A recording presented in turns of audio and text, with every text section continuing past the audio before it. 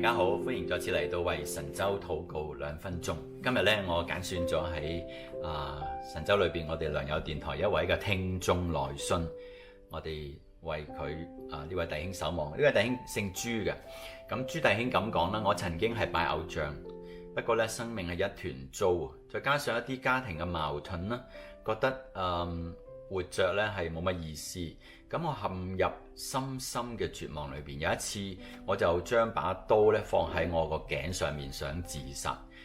突然間我感覺有一雙無形嘅手拉住我喎。咁過咗2日咧，偶然間我就聽到你哋良友電台，個心結一下子被打開咗，就好似開咗一扇門一樣，嗰種嘅光亮同埋輕鬆。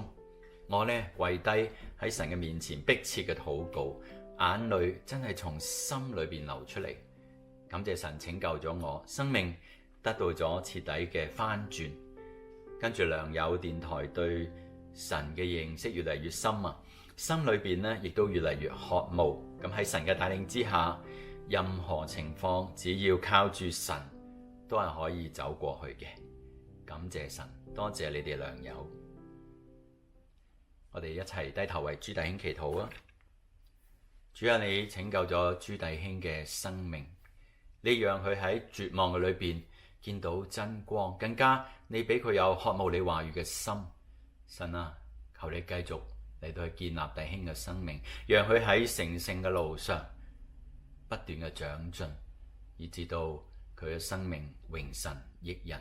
我哋同心禱告仰望，奉主耶穌基督嘅名，阿門。阿門。弟兄姊妹，今日為神州禱告2分鐘嚟到呢一度，希望下個禮拜我哋繼續堅持守望神州。拜拜。